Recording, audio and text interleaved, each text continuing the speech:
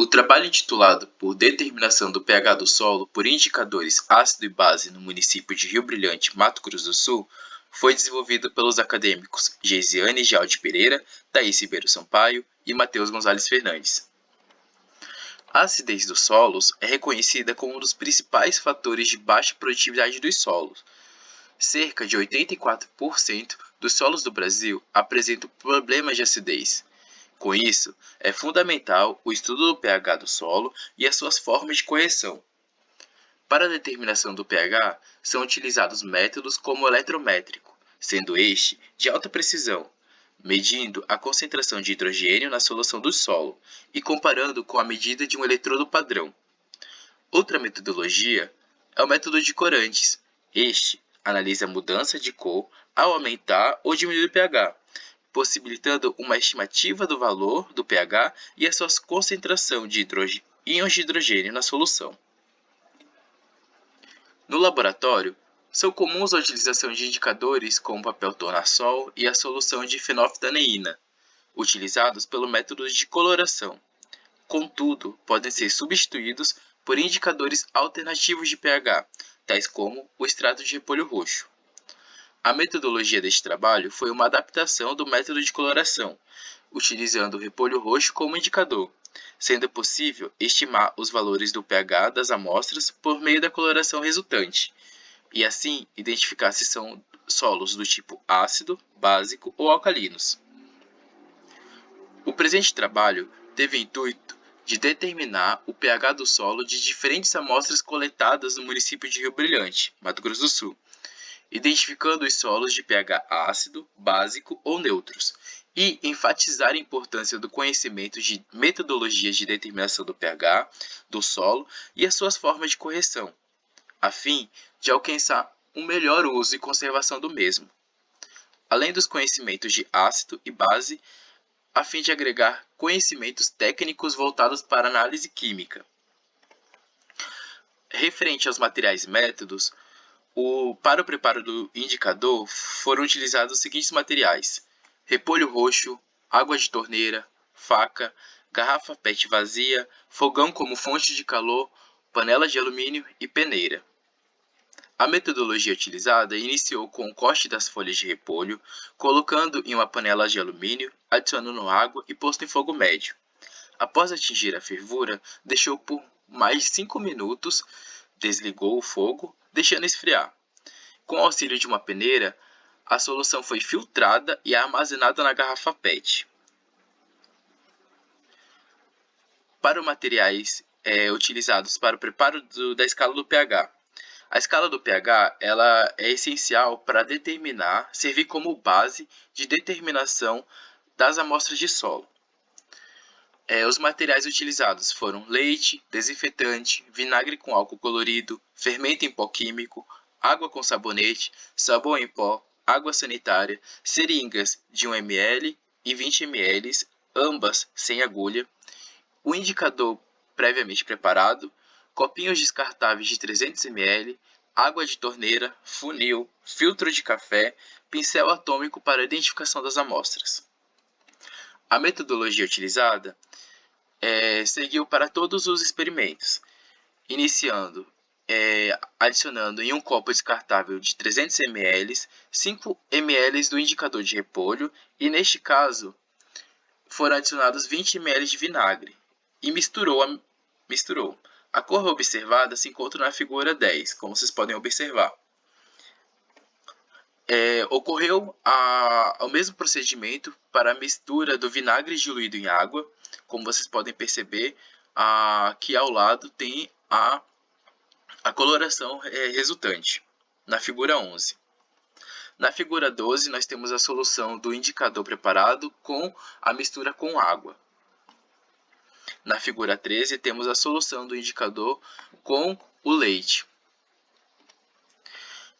O mesmo procedimento para o fermento em pó químico, sendo que ele foi diluído em 100 ml de água e depois ocorreu a mistura com 5 ml do indicador.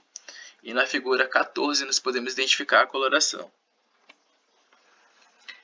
Para o sabonete também foi diluído em água, em 100 ml de água, e posteriormente adicionado 5 ml do indicador de repolho, como vocês podem perceber na figura 15. Como observado, as colorações elas vão variando de acordo com cada reagente, neste caso do desinfetante, que foi utilizado como produto de limpeza. Podemos ser observado na figura 16. Com sabão em pó ele também precisa ser diluído, por conta que senão ficaria umas partículas. Então ele foi inicialmente diluído em água e adicionado o indicador. Com água sanitária, também diluído em água, podemos observar na figura 18.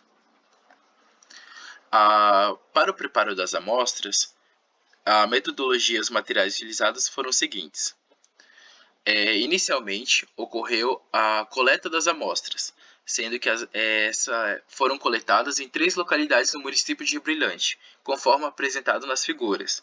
Na figura 19, nós podemos observar o local de coleta da amostra em uma área urbana, que foi no quintal da acadêmica Geisiane. Na figura 20, podemos observar o córrego Araras, sendo que neste córrego ocorre um despejo de efluentes de um tratamento de efluentes local. Na figura 11, o local de amostra foi o lixão desativado do município de Rio Brilhante. Após a coleta, em uma panela de alumínio foi adicionado 2 colheres de sopa de amostra de solo e adicionado 20 ml de água e posto em fogo médio. Após atingir a fervura, aguardou por alguns minutos, desligou e deixou esfriar. Com a amostra fria, a mesma foi filtrada com o auxílio de um funil e do filtro de café. Com a coloração pronta, em um copo de 300 ml, misturou 5 ml do indicador de repolho com 5 ml da solução da amostra do solo preparada. E esse procedimento ele foi repetido com as outras 2 amostras. As cores resultantes se encontram na figura 22 e 23. Na figura 22, podemos observar a solução do indicador preparado com a amostra do solo do lixão. E na figura 23, podemos observar a solução do indicador preparado com a amostra do solo da área urbana. Aqui tem um vídeo que vai explicar como foi realizado esse procedimento. Vocês podem ver que está acontecendo a filtração da solução da amostra do solo. Essa solução da amostra de solo é referente ao do córrego Araras. E vocês podem perceber que à medida que o indicador é colocado, a coloração ela vai mudando.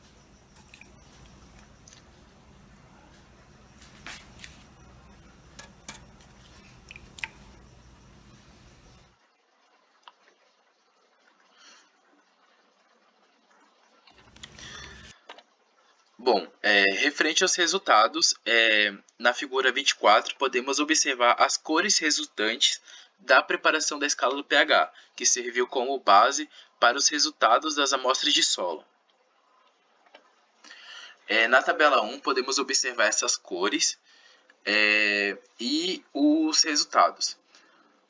Referente ao vinagre de álcool, podemos observar que a cor resultante foi de um rosa escuro. E com isso é possível estimar o pH dessa solução, sendo um pH mais ou menos de 3 e conclui-se que é uma solução ácida. Vamos observar agora com a água. Apenas a água misturada com a solução do indicador deu uma coloração resultante azul. Com isso, é possível estimar o valor desse pH de valor 7, concluindo que é uma solução neutra. E nos produtos de limpeza no geral, observamos aqui, por exemplo, no sabão em pó. O sabão em pó diluído em água, misturado com o indicador, resultou em uma coloração verde. Podemos estimar que o pH seria de um valor de 11, concluindo que é uma solução básica. Com a escala de pH, nós podemos comparar com as soluções das amostras de solos, que é representada nessa tabela. A solução da amostra de solo da área urbana, misturado com o indicador de repolho roxo, ele manteve a cor. O que isso indica? Indica que o solo tende a ser um solo mais neutro. No caso do lixão, podemos observar que ele teve um tom levemente avermelhado, concluindo que é um solo ácido. Neste caso, é preciso uma pesquisa mais aprofundada para identificar o porquê desse solo estar ácido. No córrego Araras, onde ocorre o despejo de efluentes, ele possui um tom mais esverdeado.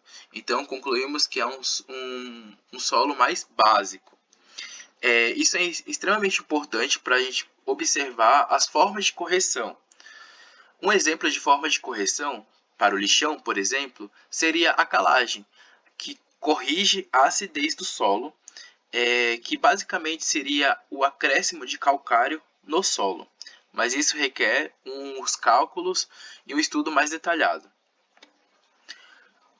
Conclui-se que o presente trabalho foi realizado com sucesso e agregou conhecimentos de diversas áreas, como química analítica, técnicas e metodologias de experimentos químicos, análise de solos, trabalho em equipe, gestão de projetos, observação crítica de fenômenos apresentados e diversos outros conceitos essenciais para a formação do engenheiro ambiental e sanitarista. Por meio da metodologia deste trabalho, foi possível observar o conceito de pH, ácidos e bases e solução tampão, vistos em aula, contudo na prática. A execução de procedimentos químicos de determinação do pH do solo ocorreu de forma satisfatória, muito devido ao baixo custo da realização e à praticidade do experimento, inserindo o conteúdo dado na classe no cotidiano. Essas são as nossas referências utilizadas. Para aqueles que tiverem interesse, podem estar acessando. E os meus agradecimentos, e deixo aqui os nossos contatos para qualquer informação e dúvida. Muito obrigado.